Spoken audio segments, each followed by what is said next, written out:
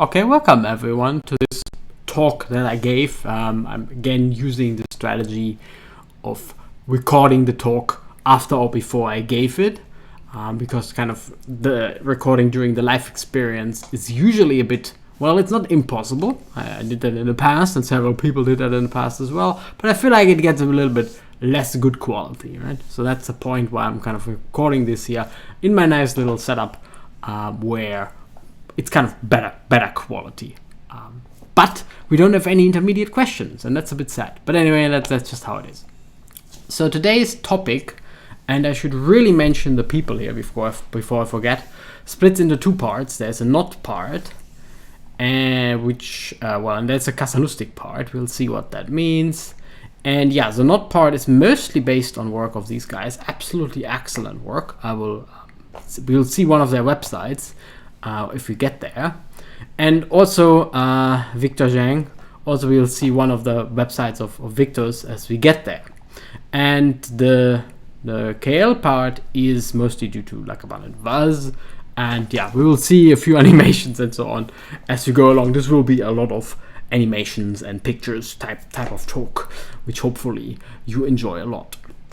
So the idea here is that there are those big data approaches to representation theory. That's kind of the slogan. And I have two parts of representation theory that we will discuss. As you can already see here, some not part and some Kazhdan-Lusztig part, which I will both call representation theory. It's a bit questionable whether I want to call them representation theory, but kind of I gave this talk on a conference where the leading coefficient, if you want, was representation theory, and it was a very broad conference, so I decided to go for this type of, title. And the big data approaches is something which is fairly new. I haven't seen it so much, so clearly big data approaches are not new, but not many people have applied this in kind of representation theory or in pure math. And it's essentially the idea, let's see, to get nice conjectures and potentially theorems from just running kind of big data strategies, whatever big data strategies are, on data sets coming from representation theory. And I'm kind of very surprised that nobody really has done that, or it's kind of well known in some sense, but it turns out that it feels like I've wasted a quarter of a century, because I was studying, we'll see that, I was studying a certain type of math for a quarter of a century, and it turns out it's actually not as good as I was hoping it to be, essentially. But it's a little bit, I'm a little bit joking here, we'll see. It's not as bad as it sounds, but it sounds nice, that's why I'm doing it. But anyway, so this video is about the art of conjecturing, and I want to apply the art of conjecturing in representation theory. That's the whole idea. So mathematics is about good conjectures. I can't stress that often enough. A lot of people kind of have the wrong impression that mathematics is about crunching numbers. And most math students are already aware that mathematics is not about crunching numbers. And then the next misconception is that mathematics is about proving theorems. In some sense, mathematics is both about crunching numbers and it's about proving theorems. But I feel like it's really about asking the right questions. Asking the right questions. And let's just say asking the right question is equivalent to having good conjectures. It's of course not quite equivalent, but let's just pretend it is. And how do you get good conjectures is a good conjecture, so it's a good question. It's not so obvious at all, but nowadays, and that's kind of the slogan here, big data, right? If you have big data, you will use a computer somewhere. So computers are key to the art of conjecturing nowadays. And like the early example is this famous Birch-Simon-Dyer conjecture, which is one of the Millennium Prize problems, and it essentially was discovered by a computer. I have that in a second when I go to the 3 stages of conjecturing. There are kind of 3 stages of conjecturing, and they kind of go in historically wrong order. So 3 should be the one we should be aiming for, but we are not quite there yet, and then we took a step back to 2 if you want. We'll see what that means, essentially momentarily. Okay, so the first thing, and a lot of people have done that, and it's like super standard by now, is computer-assisted conjectures. Meaning you get a lot of data, there's calculations you can't do by hand anymore, you just get a lot of data and try to look from them. Now, conjectures are born from calculations, and this might include by hand calculations, or also calculating large tables of numbers or something, like using a computer. And originally something like calculating by hand prime number tables. That counts as born from calculations, and then you get the prime number theorem, for example. And yeah, so it was around in mathematics from the very start, essentially. But since the 1950s, roughly, things have changed a lot, and a lot of computer calculations, a lot of by hand calculations were replaced by computer calculations. Yeah, so to get more data for conjectures. Yeah, and the example I have in mind, so roughly 1950s, is where the big universities started to run the first big in the real sense of the word, the first big computers. So the Birch-Dyer conjecture, it's not important for today what it is, but it's essentially, let me go back to the bigger plot here. So essentially you can get all of these blue points from some computer calculation, and then, well, the blue points roughly grow like the red line, and the growth of the red line should tell you something about an associated elliptic curve. Yeah. So if you want to hear it, so the blue points are essentially the solutions to your elliptic curve mod p. So find a number, you just count them essentially, and yeah, you look at their growth, and the growth could be linear, the growth could be like a parabola or like a cubic. That's the most ugly cubic ever, but anyway, something like this, x squared or just x for this one. Yeah, and the growth rate will tell you the rank of the elliptic curve. That's essentially what it's supposed to be. So here, the elliptic curve gives you blue points by evaluating at primes. It grows like a line. Yeah, so the rank of that elliptic curve should be 1. And yeah, in the original formulation, there's a log involved, but note here I have a log on my x-axis. So really the red line is actually a log. Yeah, and if you really look at the conjecture as it was originally kind of formulated, you see that the growth of the log and the exponent of the growth of the log determines the rank of the elliptic curve. Anyway, will not be of any importance for this video. The point here is this is data visualization, right? So you nicely plot a line, and this is also why you would like to put a log on the x-axis, because it's easier to eyeball a line than a log. Yeah. Anyway, it's all about, you get some points, you get some growth of that point, you eyeball what it is, and you can read off the rank of the elliptic curve.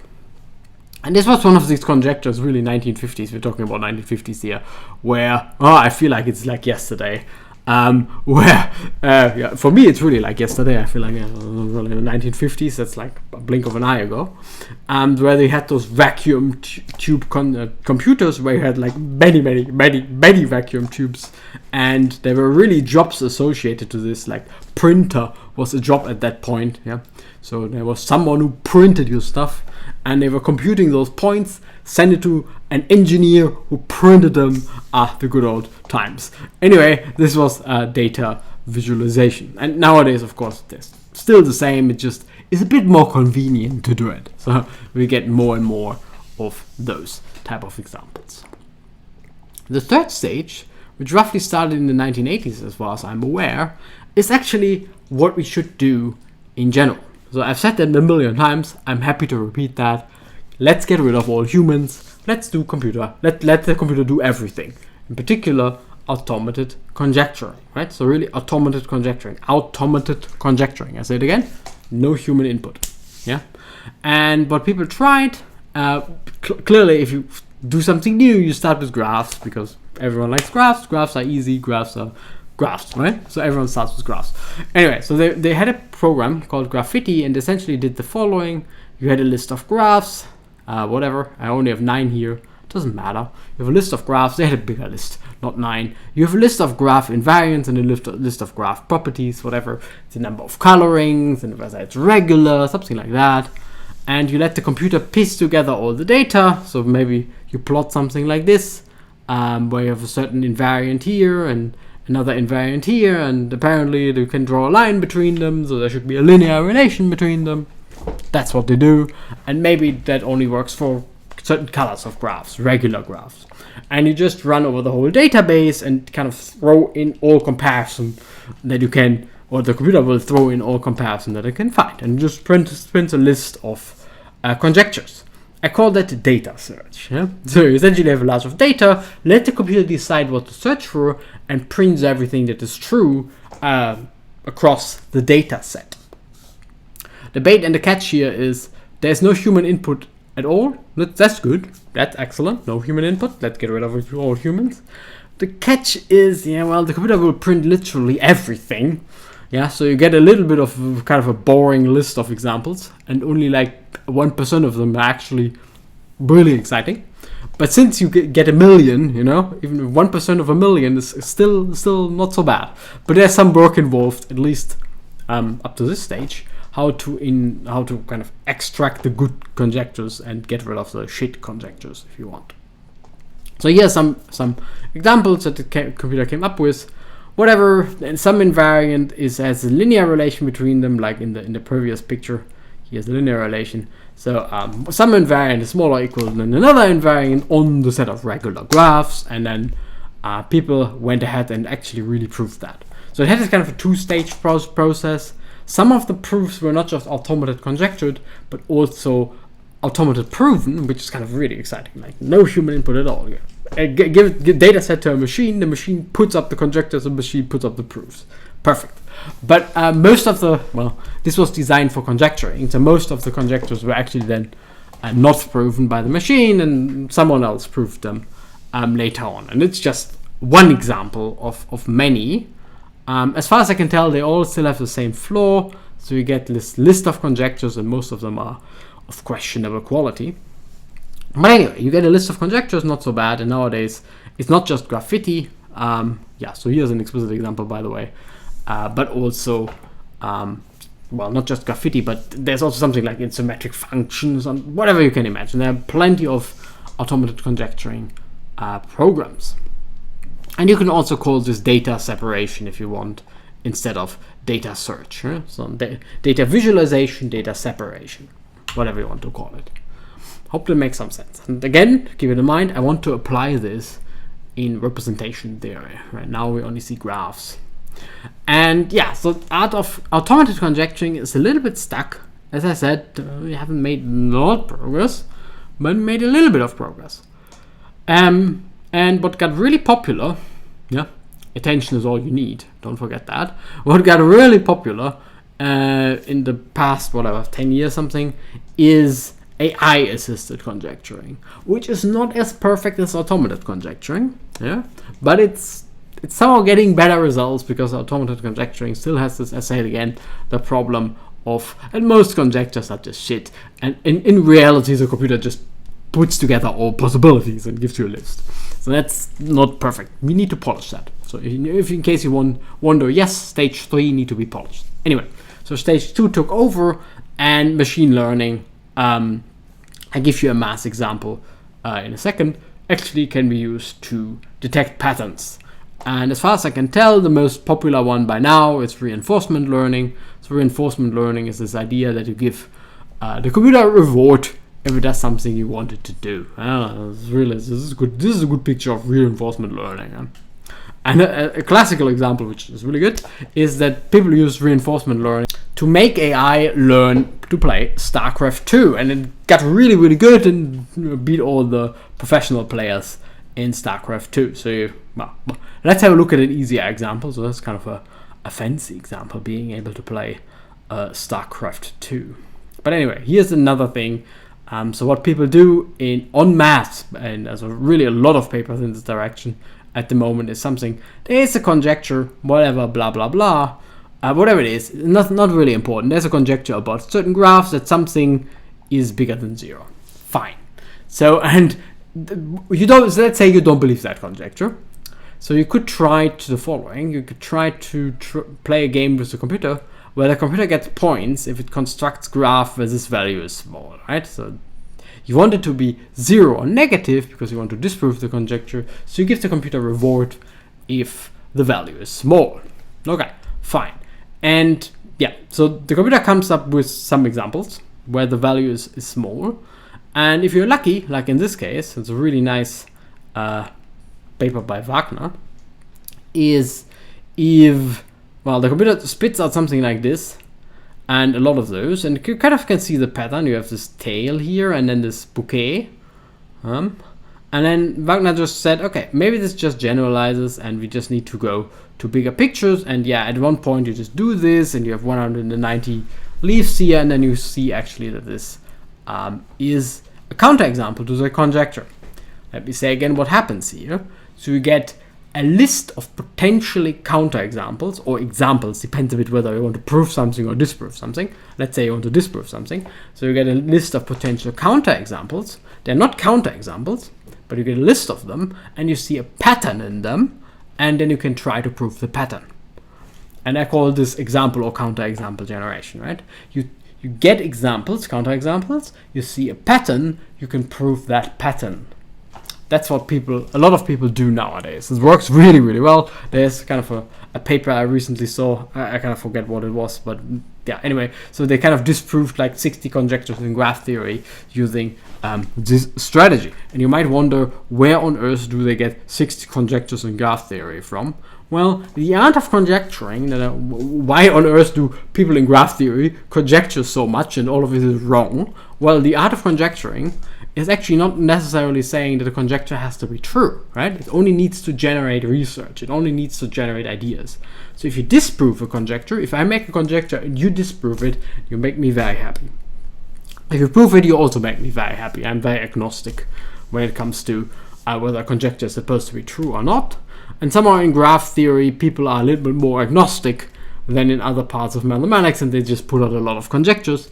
And I think it's a good idea, because that's the whole point, right? That conjectures will generate ideas instead of holding back. Anyway, so in graph theory, this works really well. There are a lot of conjectures, so also there are a lot of wrong conjectures, and you can somehow disprove them or prove them using example generation. Note that this is not as good as stage 3, because you get a list of examples and you still need to find the pattern yourself and then prove kind of the general type of statements. So it's not completely perfect. But anyway, the point is I would like to apply this in knot theory or in Kazhdan-Lusztig theory with the set of authors I already mentioned. So I kind of steal a lot from them and just put it here on these slides, and they are really fantastic. So thank you so much for doing this. Yeah, and we have a lot of fun animations. But the point is, I say it again, apply this 1, 2, 3 as much as you can in quantum topology or algebra.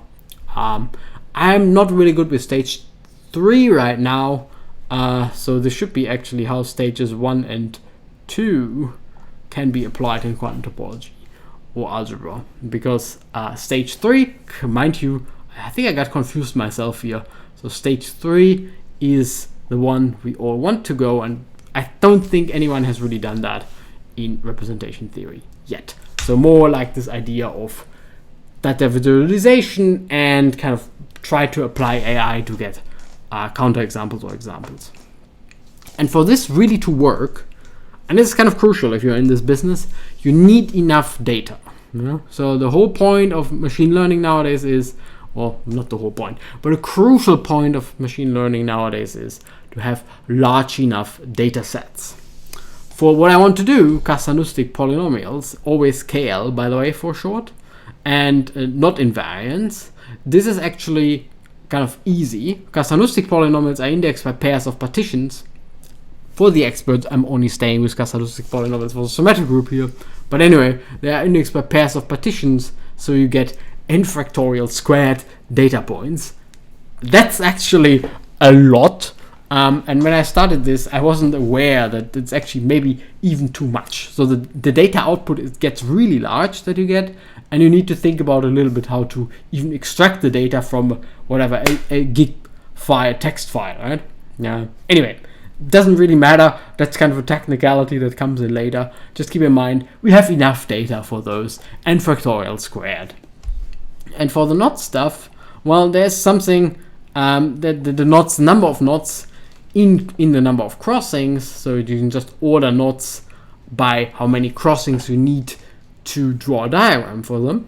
And in each step, you'll finally many, and you wonder about the growth of that sequence, and it grows exponentially, at least exponentially. So here's a plot, number of crossings starts with 3, there's just one knot with 4 vertices, and then it kind of explodes. And in order to show you really what I mean, in case you have not seen this, if you just go to something like the knot atlas, which is really, really useful, one of the data sites where you can find knots, and then you have tables of knots. It's essentially what you do. You can order knots. So I always ignore this knot, by the way, the unknot. So I start here with 3 crossings. There's just one knot with 3 crossings. There's just one knot with 4 crossings. There are 2 knots with 5 crossings. There are, God knows how many knots with 6 crossings, apparently 3. And then there are 7 knots with 7 crossings. Right? So you just have 7 crossings here. 1, 2, 3, 4, 5, 6, 7. Right? So the minimal number of crossings you need to draw your knot. And you just separate the set of knots using this measurement of the number of crossings. And this number then grows at least exponential. So here are the successive quotients. So the exponential growth at the end is roughly around 6. 6 to the n, if you want, at the last step. So with 20, there's something like a 10 to the 9 number of knots. Again, we have plenty of data to play around with. Cool. So let's jump into knots, I guess. So if you don't know what a knot is, this video is probably not for you. But anyway, it's kind of an interesting object in topology, low-dimensional topology. It's essentially the picture you see here. Also, people would call that a knot projection. And the problem is different knots. So knot is really a 3-dimensional object. And different knots may have different projections, and even the same knot might have different projections. And usually you can only draw nice projections, and you want to check whether they actually are the same knot or not. And here's kind of a fun thing. It almost looks the same, but you kind of swap just the crossings. Are these the same knots or not? And deciding whether 2 knot projections are the same knot, it's like a really difficult problem. It's a hard problem in low-dimensional topology. And very crucial for like not just knots, but also 3 and 4 manifold invariants. So really the heart of low-dimensional topology, the Poincare conjecture, if you want. So the classic standard 3D Poincare conjecture, which by now is a theorem. But anyway, and so what people usually do is they find an invariant. So something that you can associate from a knot, kind of you associate a number to the knot, whatever, 1, and you associate another number to the knot, -1. For example, and you just check, okay, 1, they are not the same, right? It's some nice numerical thing you can read off. They're not the same, hence the knots are not the same. That's what an invariant is supposed to do. And usually invariants are not perfect, so if whatever your numerical data that you associate to a knot turns out to be the same as for another knot, you can't tell, right? The defect of an invariant would be how many knots it can distinguish. Yeah, so optimally, every knot should get its own number. Then you could just look at the numbers and you can just distinguish them. Usually that's not the case. Usually there's a trade-off between being a complete invariant, meaning that you can read off the knot from the number you get, or a kind of a computable invariant. So usually complete invariants are impossible to compute, and computable invariants are usually not complete. So it might happen that say 2 knots end up with the same number. And yeah, there are a lot of knot invariants, and I would like to have some measurement what makes them good or bad. Essentially, that's the question I would like to ask. What makes a knot invariant good or bad? And a knot invariant doesn't need to be a number. It could be something more sophisticated, like a polynomial or a vector space, something numerical in quotation marks, such that you can read it off directly, whether the knots are the same or not. So that's the whole point of having an invariant. An example of invariance, so there's a database again, not database, knots in YANA. So not index Indiana. So here we go. Not index. There's this website, not info, and they list a lot of not invariants, and you can just whatever click on your favorite whatever type of thing, and you get a lot of info here. So there are a lot of not invariants, and again, it's basically because the problem is that either computable or complete, and there's literally no good way to distinguish knots. And it could be something classical, let's say components, linking, colorings, group of colorings, knot groups, some classical topology, or the so-called quantum invariants. They all come from quantum groups. Now, they're usually named after people for some reasons. So Alexander, if you want to count Alexander as a not invariant, so this is it's certainly a not invariant as a quantum invariant. But here, these are clearly quantum invariants: Jones, Kaufman, or Rovanov. Anyway, they come in large databases. That's essentially all you need to know about them, and people like them a lot. I will do that in a second for you. So it kind of makes sense to ask, how good actually are they as not invariants? And what makes them quantum is essentially, well, I claim that this is kind of a slide about big data approaches to representation theory. I claim what makes them quantum invariants is essentially that they are representation theoretical objects, not low-dimensional topology objects. So in particular, this question, how good are they, gets a little bit more tricky because they're not designed to be good. They just come from nice representation theory. And this is essentially what the story is supposed to be. So my story will be very disheartening, and I would like to soften it now a little bit. Anyway, so Jones receives the Fields Medal for, well, discovering the Jones polynomial. And if you read the quote, so 1990, and if you read the quote, then you can, it's literally saying the Jones polynomial is interesting, not necessarily because it's an invariant of knots, but because it connects a lot of interesting mathematics. As I said, I kind of want to soften my story a little bit. Keep in mind, I wrote on my research statement several times that the Jones polynomial is a good not invariant. That's not the selling point for a quantum invariant. The selling point is they come from interesting representation theory. They bring people together from different fields like mathematical physics or tensor categories or something like this, and they all come together and talk about the same thing. So that's what makes it exciting. Not so much that it is a good not invariant. And yeah, the text actually should have given that away, but for a quarter of a century I thought actually Jones is a fantastic not invariant. I kind of got very deceived here, Jones. Your invariant looks very good, but it actually maybe it's not. We'll see. Anyway, so the quantum invariants, everyone loves them. You don't really need to know what they are. Alexander, Jones, Humphrey, Rovanov, whatever. So one of those, the quantum invariants, some skein theory associated with them. So I really would like to know how good they are as invariants. And this was actually the workshop where I gave this talk. So they are clearly related to all of these. That was kind of my story, and I wanted to do some name dropping. Never forget the name dropping, okay? If you write a paper, never forget the name dropping. People like to read their names. In this case, well, it's the name of the workshop. And it really fits in this case, right? So the Jones polynomial is related to all of them. And I said again, because my story will be the Jones polynomial is shit, which is a little bit of a difficult message, let me soften it again. The Jones polynomial is important because it is related to many things, and it's a representation theoretical gadget, not because it's necessarily a good not invariant. So how good are these invariants? And I just run that over my database of knots, and usually these are prime knots. If you don't know what prime knots is, forget it. There's some nice subclass of knots which essentially contains all the important information. So how good are these invariants? I don't know. Well, now I do, but originally, as I said, I wrote on my research statement that they're excellent. The Jones polynomial is an excellent not invariant. Yeah, so let's have a look. So first kind of measurement is the following. I take all prime knots, put them in a bag, draw out one, and I ask the question, J is the Jones polynomial, how likely does the Jones polynomial take a unique value, right? So here in my little, very tiny example, so does my invariant take different values on different knots? Or could it happen that this two different knots get the same associated invariant? Yeah, kind of a good question of measurement. How good it is to distinguish knots, yeah? So what is the number of different things I see compared to the number of knots with n crossings, and I just take the limit of that to infinity to have some numbers associated to that problem. And I'm really talking about the infinite problem where I put all knots in the back.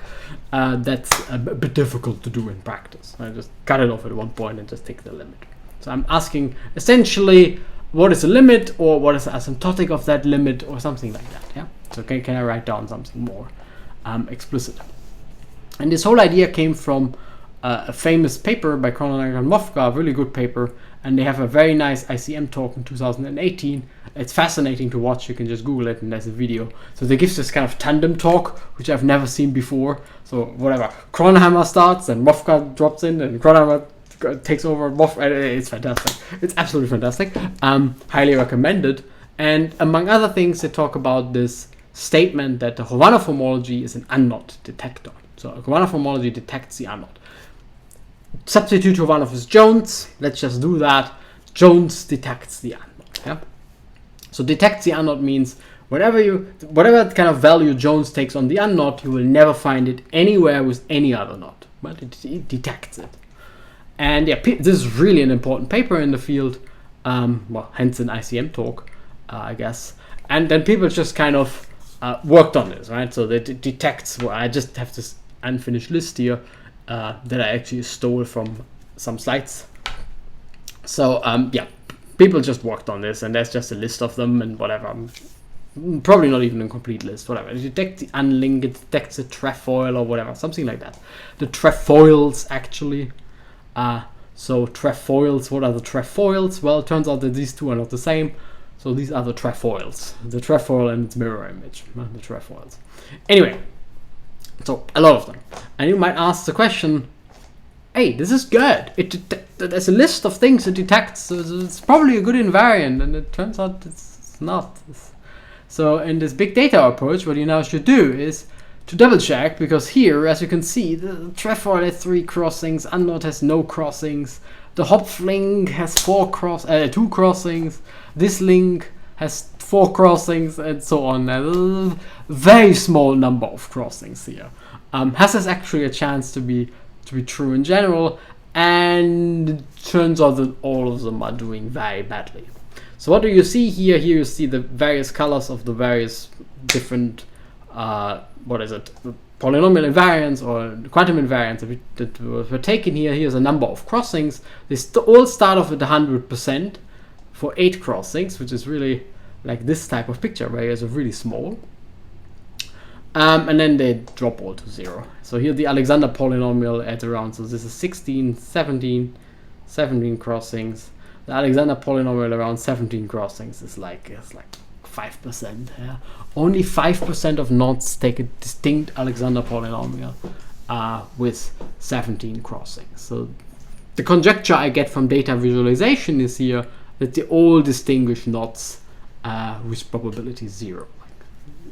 And the dropping rate, it's even worse. The dropping rate looks like it is the same. I mean, there's not enough data to really justify that conjecture, but it looks like the dropping rate is all the same. They all drop to 0, and there's essentially nothing you can do. Right?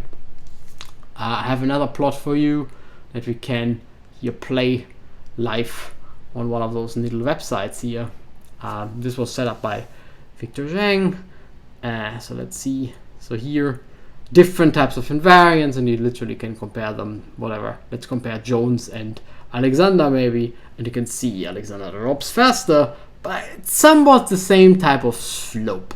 Maybe there's a slight difference in the slope, so kind of the conjecture I would make, again, in the sense of graph theory, like I would be very happy if you disprove me, but the conjecture I would make is that they all drop dead exponentially fast, and maybe the exponential factor is different for some of them, but it doesn't look very good. So if you compare Jones with, I will talk about Hovanov, for example, they're essentially the same, which is a very bad selling point for categorification. So Hovanov homology usually should be a categorification, so a stronger thing than the Jones polynomial, but this really suggests the more accurate picture of categorification is that of a refinement of something. And I got really disappointed because I really studied categorification for a long time, this quarter of a century, and this really does look bad. Like it's not doing much better, right? It's almost the same. But then I kind of got this idea that maybe the correct way of thinking about it is the following. So if you're trained to run the 100 meters, yeah, and let's say you start with 20 seconds, you can do it in 20 seconds. Then going down from 20 to 15 will be very fast. Maybe in the 3 months of training, you can go down from 20 to 15. That's like setting it up for the first time. Going down from 15 to 10 will probably take you a few years. And going from 10 to 9, you never go down to 0, right? You go to 9. From 10 to 9 will take you like a lifetime. Yeah? And is it worthwhile to spend the energy going down from 10 to 9? Well, most people would agree, actually. Also, it's a lot of energy that you need to spend. And this is how I would like to think of all these various refinements of Jones, like Hovanov. They're not really doing all that much better, but doing much better is difficult to get. So we should still be grateful that we go down from 10 seconds to 9 seconds here. And there are some other invariants, like the A2 invariant. We'll talk about that. I'll tell you in a second what it is. The B1 invariant. And they all all kind of do the same type of thing, which is a bit disappointing. Anyway, so I had this idea of putting kind of Jones, because everyone likes Jones, in the middle, and then there are various ways to beef up Jones. You can categorify it like Hovanov, or Jones is associated to SL2. So Jones is associated to SL2, and it's defining representation on a two-dimensional space. So that's why it's a quantum invariant. It comes from the quantum group and it's quantum representation. Let's not go into details. But as you can see here, is if you have SL2 and it's defining representation, what you could do, let me just mark them in red and in, what is a good color, green. You could make this guy higher, so you can go to the B1 invariant. I will not explain why I call it a B1 invariant, but if you take the next representation, you would get the B1 invariant. You could make the other one higher, then you get the A2 invariant. And whatever kind of other ways there are to make the Jones more interesting. And I was kind of asking the question, okay, the picture that we have on the slides right now suggests really, they're all just refinements of Jones. It's really this idea of 10 seconds versus 9 seconds. So I don't expect them to be good not invariants. They will all drop dead very quickly. But maybe there's a way to somewhat measure which one does best. And we'll come back to that in a second. But first of all, let me wrap up this story. So what you really should do at this point, to make it even worse, you need to put in kind of the effort that you need, right? Whether you need 3 years to go down, or whether you need a lifetime to go down in your running the 100 meters. And yeah, if you really factor in the, let's say, computational complexity, it really does look really bad. So Jones takes about n to the, so n is the number of crossings. Jones computes in roughly in n to the 2 to the n minus 1. So it's exponential in a little bit of a nasty way. Hovanov, I haven't found, so that's relatively rigorous. So that's true unless some complexity class collapses, which nobody believes, but nobody can prove. So let's assume the problem of computing the Jones polynomial is pretty difficult. And I'm not saying I'm studying a specific algorithm. I'm talking about the problem of computing the Jones polynomial. Although you should take my line here again, as I said again, with a little bit of a grain of salt, because it kind of assumes that certain classes don't collapse. Something like P is not NP, which everyone believes and nobody can prove. So it's not rigorous mathematics. It's just somehow roughly what it is. So Jones roughly is exponential. Hovanov, I feel like, should be exponential as well, but when I was really running the calculation, it took so much longer. It was kind of shocking. So probably Hovanov is much more, it looks like it's somewhat much more expensive than Jones. The Humphrey H, this other non-invariant, the kind of the collection of all the AN invariants, all of them together give Humphrey. So Jones is A1. And we had this A2 related to SL3, and all of the ANs together give Hopefully, and it seems to have super exponential computational time, which it really is very hard to compute. As you can see here in my little graph, it only, the brown one is hopefully, hopefully is the purple one, the purple or brown one. They only go up to a certain number, and it was way harder to compute than the others. And it looks like it's super exponential, which is terrible, which is seriously very terrible. And then there's this Alexander polynomial, the one that was the pseudo quantum invariant that was around from the 1920s. This is known since the 1920s, you know. And that's the one that is at the very bottom of my little. So it's doing pretty badly. But on the other hand, it's also very cheap. So you can realize it as a determinant of a matrix, and it's kind of polynomial. It's really cheap compared to all the others. And if you factor that in and you believe this conjecture that the drop rate for all of them is exponential, then that's kind of the best. And this fits to my analogy with, so the Alexander polynomial is essentially the 3 months of work getting down from 20 to 5 seconds. 5 seconds. Yeah, that would be nice. From 20 to 15 seconds. And Jones is like the next step, and maybe H is then the next step. Something like that. So in this sense, Alexander is the best. Again, depends a bit what you want to do. Keep in mind that the 100 meters is maybe a good thing to do. So this is my first measurement. I have this type of second measurement you could throw at it. So you could do the following. So you could put all knots in the back, and again, a data visualization. I'll show you in a second how that goes. Put 2 knots in the back, you draw 2 knots. All knots in the back, you draw out 2. Warm up. How likely can you distinguish those 2? Right? It's a different question from the one from before. Before I was asking how likely can you distinguish a given knot from all others, and now I'm asking how likely can I distinguish 2 knots? And they all seem to be probability 1. And let me just show you how that goes. So here's the same web page. If you scroll down, comparison of random pairs, and it works as follows. So it makes this experiments of grabbing out knots, yeah, until you can't distinguish them anymore. So you grab out 2, oh, we can distinguish them. Let's do it again. Put them in again, grab out 2 more, and we can distinguish them. Put them in again, and so on until you find a pair that you can't distinguish, and you record that number in a graph. So in particular, so let's just have a look at Alexander. Alexander is a really bad knot invariant because most of these processes, like almost all of them, end very quickly. So the number of knots is here, so the number of times it is repeated, and the frequency is here.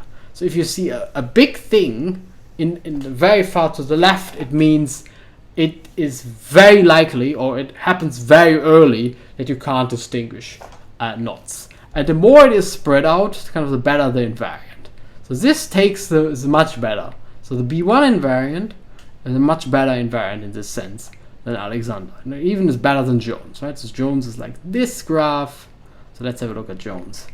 Jones is like this graph. A2 is like this graph. Hovanov is like this little refinement of Jones, as you can see here. It's almost the same. Very disappointing. Alexander is just shit.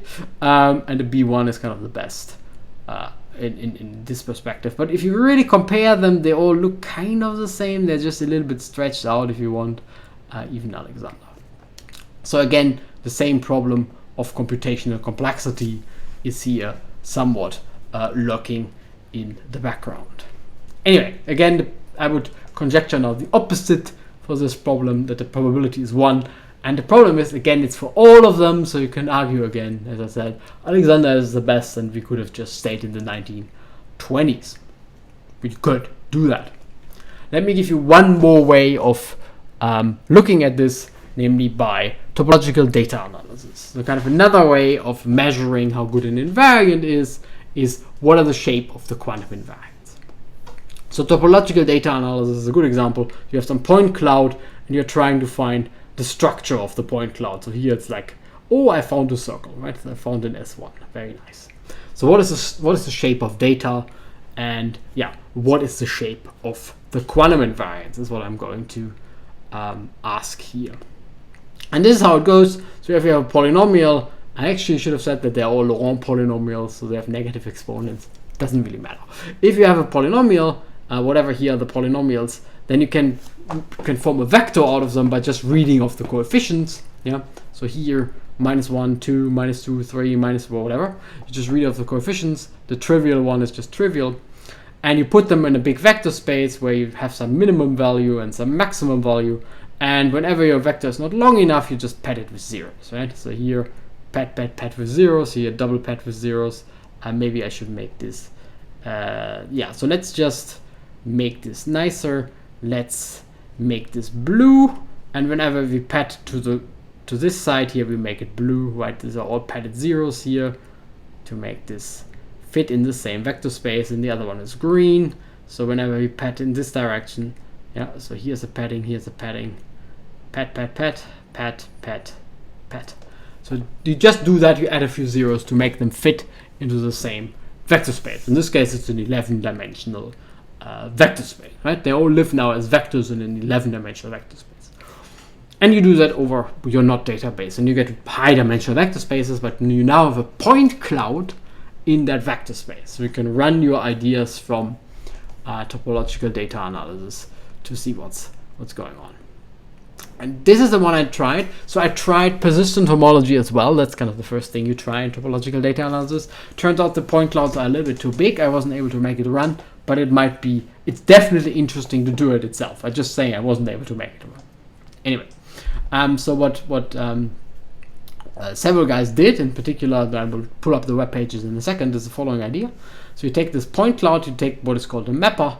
So you essentially, or ball mapper, whatever you want to call it, essentially you draw balls around those points, and you collapse everything that is in one ball to a vertex and connect them if the balls intersect. And this gives you a graph, and the graph should be a measurement of the complexity, or the kind of the shape of the data, and sometimes also of the complexity of the associated data. You know, this example hopefully makes some sense. You have a point cloud, you draw those little balls. The balls give you so you collapse the balls to a point. Everything in a ball will be a vertex, and then you just connect them if they intersect. Hope that makes some sense. And now let's do the ball mapper. And again, this is kind of two different groups of people. I need to, oh yeah, so my slides are way too big, so this will take a while. I need to go back to the first slide. So first group of people are those guys. Beautiful, inspired everything I'm doing in this video. And second, also absolutely brilliant, the work of Zhang. And I need to go back to my slide, and then I will pull it up. The slides are way too big, by the way. You can download them. They are linked in the description, but they're still way too big. So let's pull up here, and we start with this beautiful website. Let's zoom in a little bit, then you can see it a little bit better. Yeah, so you can find this by just Googling it. And here are the names, and here are the papers. And here's one of those. Oh, it's really good. But let's have a look. Jones. Wonderful. So this is the thing. So you do this ball mapper, and you can zoom in here, and up to some outliers, you can ignore them. This is how it looks like. Really a beautiful type of picture. Yeah. So it looks like an alien, a star, something. But I kind of see this pattern. So the size of the balls is the number of knots. So there are a lot of knots very close together here in the middle, and then there are very fewer knots here on the outside. And if you do that yourself, it's more exciting than to do that yourself instead of watching. And you can actually also see the size. So this here is of size 5. This here is of size 2, and the middle one is of size whatever, 13298. And I just realized that I can't read very well anymore. Anyway, so the bigger balls are in the middle, and everyone likes big balls. The bigger balls are in the middle, and yeah, so the smaller ones. So there are very few knots on the outside, and they are like really different from all the others. And I will make the point actually right now. So what you should think is that most of the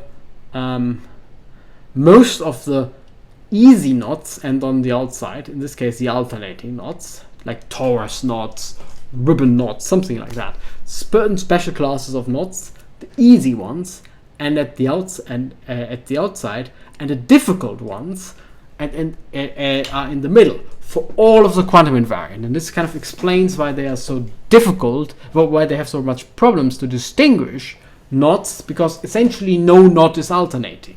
So here's a plot of the number of percentage of alternating knots, and it drops to 0 exponentially fast. So there are almost no alternating knots, but these are the ones that end at the outside of the graph.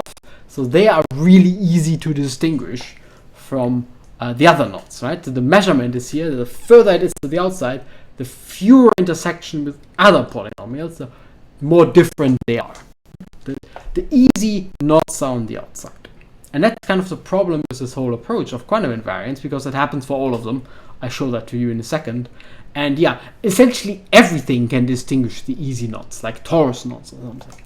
And that's exactly the problem. But anyway, let's have a look at the thing here again, because you can actually then color it, whatever, with the signature mod 4, for example, and you see this beautiful pattern that the signature mod 4, signature is a classical invariant, not quantum. Signature mod 4 is related to the Jones polynomial. You can literally see that here in this getting a conjecture, and you might wonder, might formulate a conjecture how these things are related, right? This is obvious that it is related. You just need to do it. Here's the signature itself, and again you can see that it's kind of related. So kind of different signatures move along different tentacles of the alien, I guess. Whatever. You kind of really nicely see that here. And this is again data visualization, so you can there should be a relation between the classical invariant, the signature, and the quantum invariant, the Jones polynomial, and you can literally see that in the picture. It's really beautiful. And if you do it for something easier like the Alexander, so the Alexander is, by the way, a line. Yeah, so the Alexander polynomial is a bit of a weak invariant. It's a line in this picture. Yeah, and again you have the big ones in the middle, and here the alternating ones. But anyway, if you color with signature mod 4, I mean, you can see a very clear pattern here, and you can go ahead and prove that if you want. What is also a lot of fun is to color them with other things. Again, the database is not too large. Let's do Rovanov, for example. So here's the Rovanov one. Beautiful.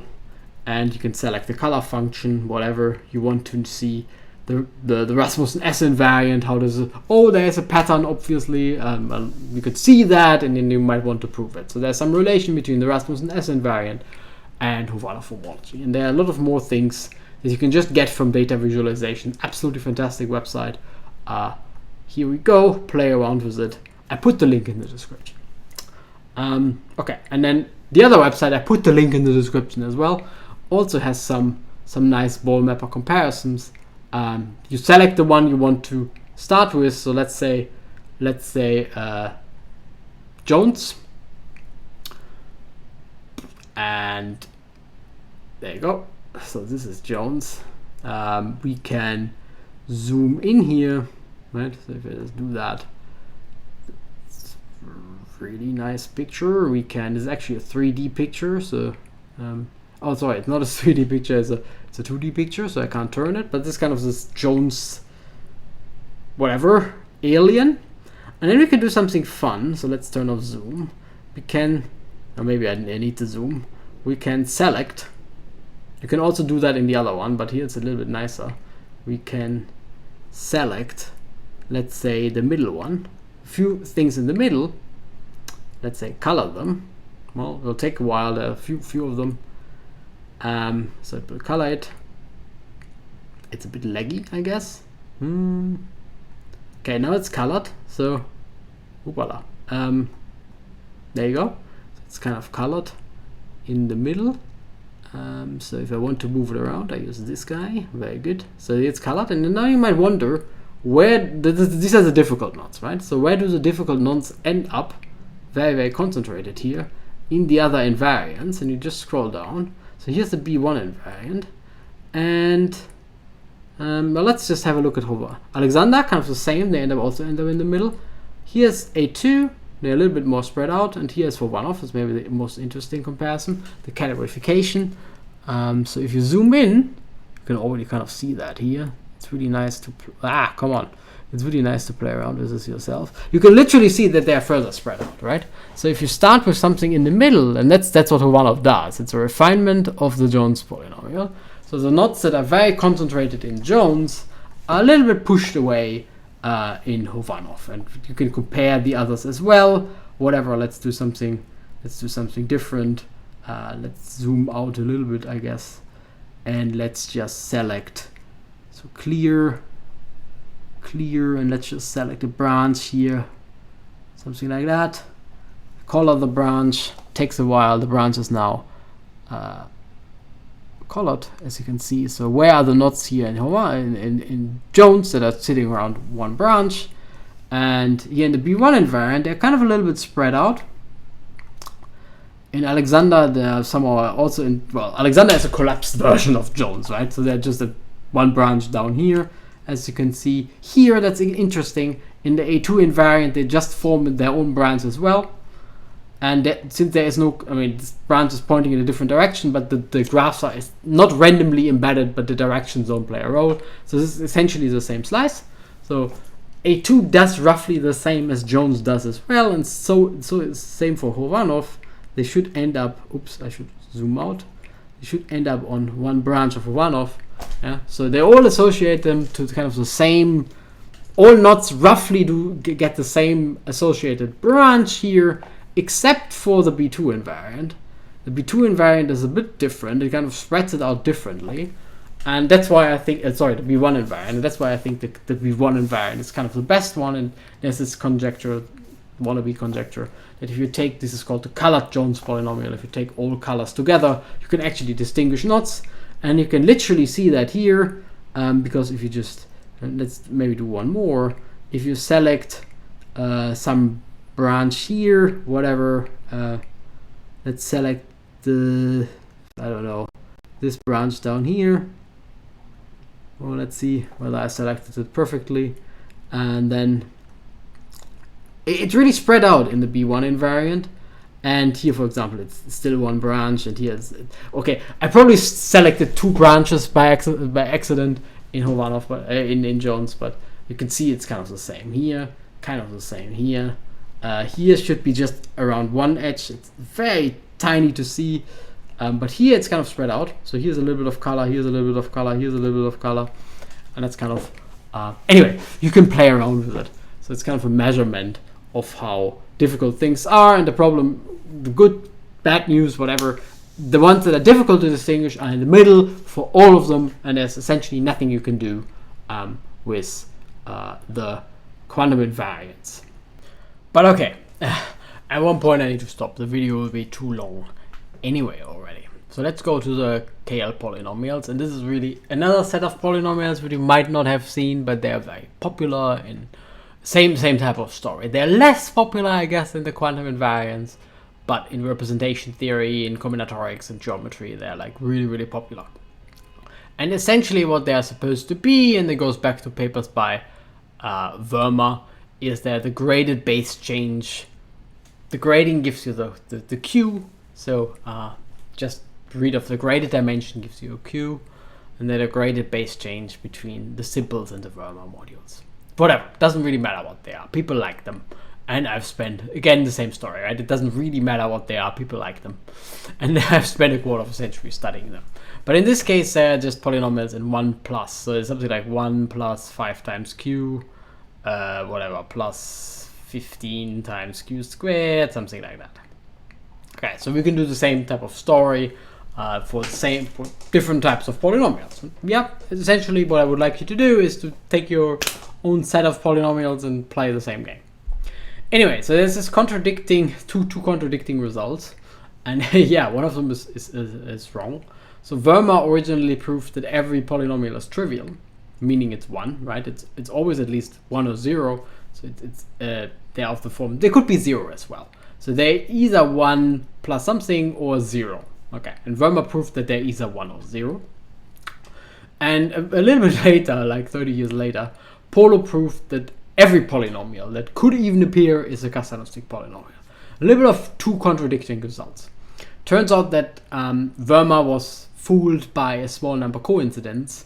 So at that point, the calculations you could do by hand, and they did, I guess, the calculations by hand, they're just really limited. Not just at that point. The calculations you can do by hand are very limited. And there was no computer calculation involved. So they got fooled and then even proved it. Yeah, but anyway. And Polo kind of is the opposite. Polo's result is true, but I feel like it's also not true. And I'm going to tell you about that they are kind of both wrong. So kind of I want to balance between the everything is trivial and everything appears. Yeah, so it's kind of very different results. Right. Turns out again that they're both wrong in quotation marks. So Verma was really wrong, and Polo is correct. But somehow the message you get from when you read this is a little bit wrong, which is not Polo's fault. Anyway, so Verma is wrong because the Kazhdan-Lusztig polynomials are clearly not trivial. So I do this the following. I illustrate them in an n factorial by n factorial matrix. I told you they're indexed by elements of the symmetric group, and I just kind of nicely order the elements of the symmetric group. So here 2 by 2, and this matrix it's a heat map. This matrix just says the actual this plot just says the actual matrix will be this thing, and this plot says that here's a 0, for example. Here a lot of 1s. Here's a 0. Here's a 0, and eventually. So in those two cases, they're really just 0 and 1s, but eventually it gets more fiery, and you have, I will show you the pictures in a second. It gets more fiery. And yeah, so this is just the evaluation at q equals 1. So I really just record the total number of coefficients. And this was a small coincidence. So here it's true, and eventually it's just very wrong. So let me show you some of the plots here. Where we can actually zoom in a little bit. So let's do the S5. So it looks a little bit kind of fantastic. It looks a little bit like Sierpinski's triangle, and this is just a binary plot where it's really beautiful. It looks like Sierpinski's triangle. There's a binary plot where I just record what is 0 and what is not 0, and there's the same type of thing with the heat map where I actually record the heat itself, right? This is very fiery here, as you can see. It gets very hot up here. Yeah, you can kind of see very hot places down up here. Yeah? So that's what it is, and then you keep on going. Here's the next one. Yeah, it's kind of this plot, and then there's this plot, the fiery plot, and it looks like the fire goes out, right? This is not as bright as the previous one. And if you go to the next one. Here's the Sierpinski. It's really beautiful. It's almost Sierpinski, but there's this little thing that goes here, and then you have 3 of them. It's very fantastic. But if you do the heat map, yeah, the fire goes out. So there's still fire. It gets very hot down here, but it clearly goes out. And yeah, so the measurement this is data visualization, and in this case we actually were able to prove a theorem. It's kind of just the density is bound, but it goes out, and we can essentially say how fast it goes out. So this is the upper bound, this is the lower bound, how it goes out, but the fire goes out. So essentially no Kazhdan-Lusztig polynomial is non-trivial. So in some sense Verma was actually correct, right? Essentially not a single one of them is non-trivial. Essentially the fire goes out, all of them are trivial. And this is kind of really beautiful. So essentially what you use here is you look at the pictures, you realize that this looks like Sierpinski's triangle. You have no idea why, just very surprised, data visualization. You then can show something using Sierpinski's triangle in the relation to the Brouillard order. It's kind of interesting, and you can actually really prove it. So in the quantum invariance case, there was nothing you could really prove except some really easy patterns that were already known before, like how the Alexander and the signature behave. But here you can prove something new by just looking at the type of pictures. And Polo is wrong, and we'll see in a second why. So if you plot the Kazhdan-Lusztig polynomials for S11, this is the biggest one we could have done, and just their roots, they will look very different from the roots of random polynomials. So Polo's thing suggests somewhat that Kazhdan-Lusztig polynomials are random, but they're not. They have a very different distribution compared to the random ones. So Polo is wrong because not everything appears equally likely. It's a kind of a strange and interesting distribution that they form, and I will come back to that in a second. But just keep in mind that we'll have this funny little picture, which, we'll see. There's a fractal. So the first thing we would like to do is, maybe coming back to Verma. So how fast they actually grow in the rank. So here's the rank, and this is again data visualization, and this is the max coefficient. And you can see this grows very fast because this is actually a log plot, and it looks like an exponential function. So if you have an exponential function in log plot, and that's growing very, very fast. And the theorem you can actually prove, and this is now the little bit the AI guided. So the example generation is that the coefficients grow super exponentially fast. Because how would you prove that? Well, you have a family of examples where you can actually compute the polynomials and show that they have coefficients that grow exponentially fast. And we really got those family from, so this is how they look like. You take the strings, cross them over, and then put in the longest word at the top. Yeah, so, and they live in a certain symmetric group. And it turns out that you can then prove that these guys have Kazhdan-Lusztig polynomials corresponding to the cohomology of this guy, CPL, where L is this number in the middle, this is L, and to the K, or the other way around, CPL to the K minus 1, where the numbers here are, so L is, so L is this guy here, the number of strands you pull over. So this is L, and this is K. Okay, fine. So L and K, so the number of strands that go through is K, the number of strands you pull over is L, and that beast has a cohomology of the polynomial coming from the cohomology of CPL to the K minus 1. So CP1 is just a sphere, and you have K minus 1 of them, and you can compute that. These are the the K nominal coefficient, and you know what's going on. So again, this was proven by example generation, because essentially you need to come up with those examples somehow, and it's not completely trivial to do that, because if you just take this naive picture, I don't know what's going on. So if you just do this naive picture, it doesn't quite work. And you can go ahead and think about the average coefficient, and even that seems to grow into infinite. So kind of Böhmer was maximally wrong. Even the average coefficient gets arbitrarily large, and can do a lot of data visualization tricks with this.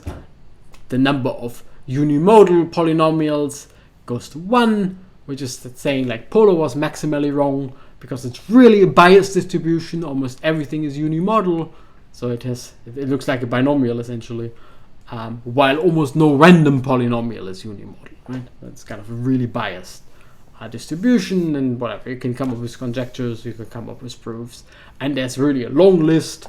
So I have all of these pictures generated here, which I'm not going to show in this video. But anyway, there's a long list of things you can do. Yeah, whatever. The video is already too long, so let me just wrap up with this polynomial.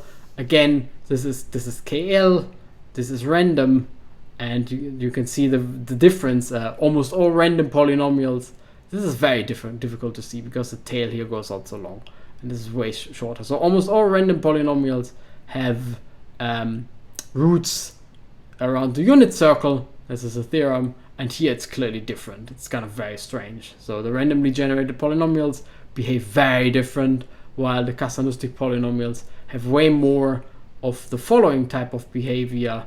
So I put this link in the description. So it turns out that they have, this is essentially a double picture of what I had, and with a much better resolution and much easier to, why is it so slow? Much easier to zoom in.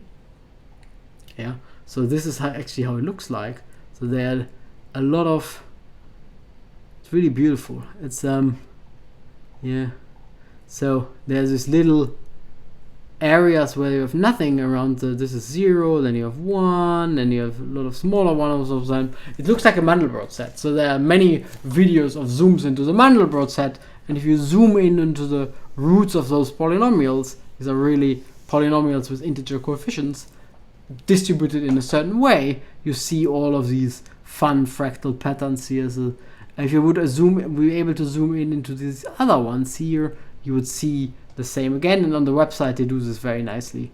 So there are a lot of kind of fractal patterns. I put the website in the link in the description as well. But anyway, so this is roughly how you can see this little bubble. So here's 0, here's 1, here's 2. So this little fractal patterns that Kazhdan-Lusztig polynomials form compared to random polynomials, which do not do that. So the distribution is extremely biased, and again, data visualization then would give you a conjecture that you could actually go ahead and prove. And we did the ball mapper as well, and hopefully right now there is no website that I could show you, but hopefully when you watch this video there is actually a website where you, as before, can kind of play around.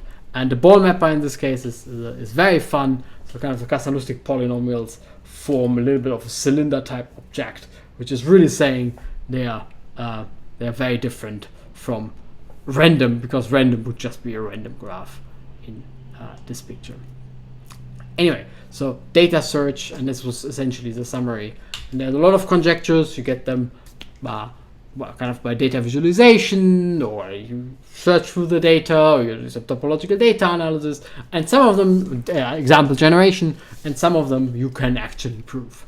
So it's very exciting, and I like it a lot because you get a lot of fun animations you can kind of enjoy playing with. Anyway, I hope you enjoyed this video, and I also hope to see you next time.